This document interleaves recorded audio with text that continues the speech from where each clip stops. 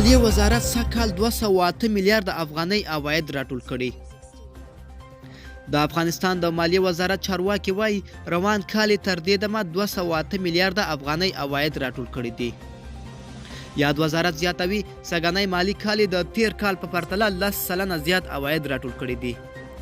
د مالیې وزارت مرستیال محمد اسحاق قدرت نن یوې خبري ناسته کې رسنیو ته ویلي چې سږنی مالی کال 208 میلیارده افغانۍ مالیه راټوله کړې ده. نوموړي د مالیې د زیاتوالي لوی لامل د مالیاتي قوانینو د تطبیق او رامنځته شویو اصلاحاتو پایله یاده کړه. قدرت زیاته کړه د مالیې وزارت د تیر کال په پرتله د مالیاتو د راټولولو په ډیرو داسې زیاتو هغو پلانونو کار کړی چې شفافیت رامنځته کولی شي.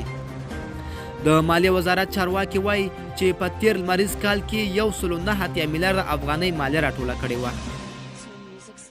د مالیې وزارت داسې مهال د عوایدو د زیاتوالو خبر ورکوي چې تر دې وړاندې بیا د سوداګرو او د لویو لارو موټر چلوونکو په ناقانونه ډول د ګمرکونو او اخاذیو له امله شکایتونه کړي دي.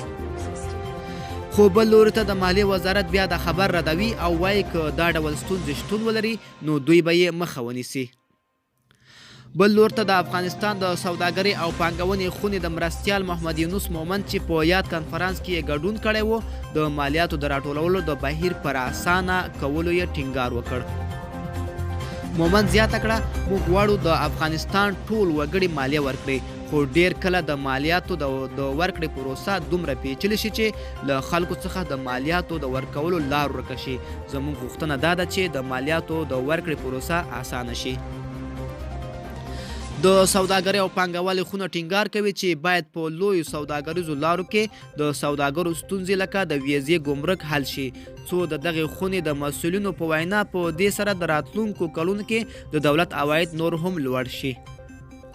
سوداګرۍ که څه هم شکایتونه لري خو بیا هم هیله مند دي چې ژر به یې ستونزې ته حل لار ولټول شي او دوی به ترې خلاص شي.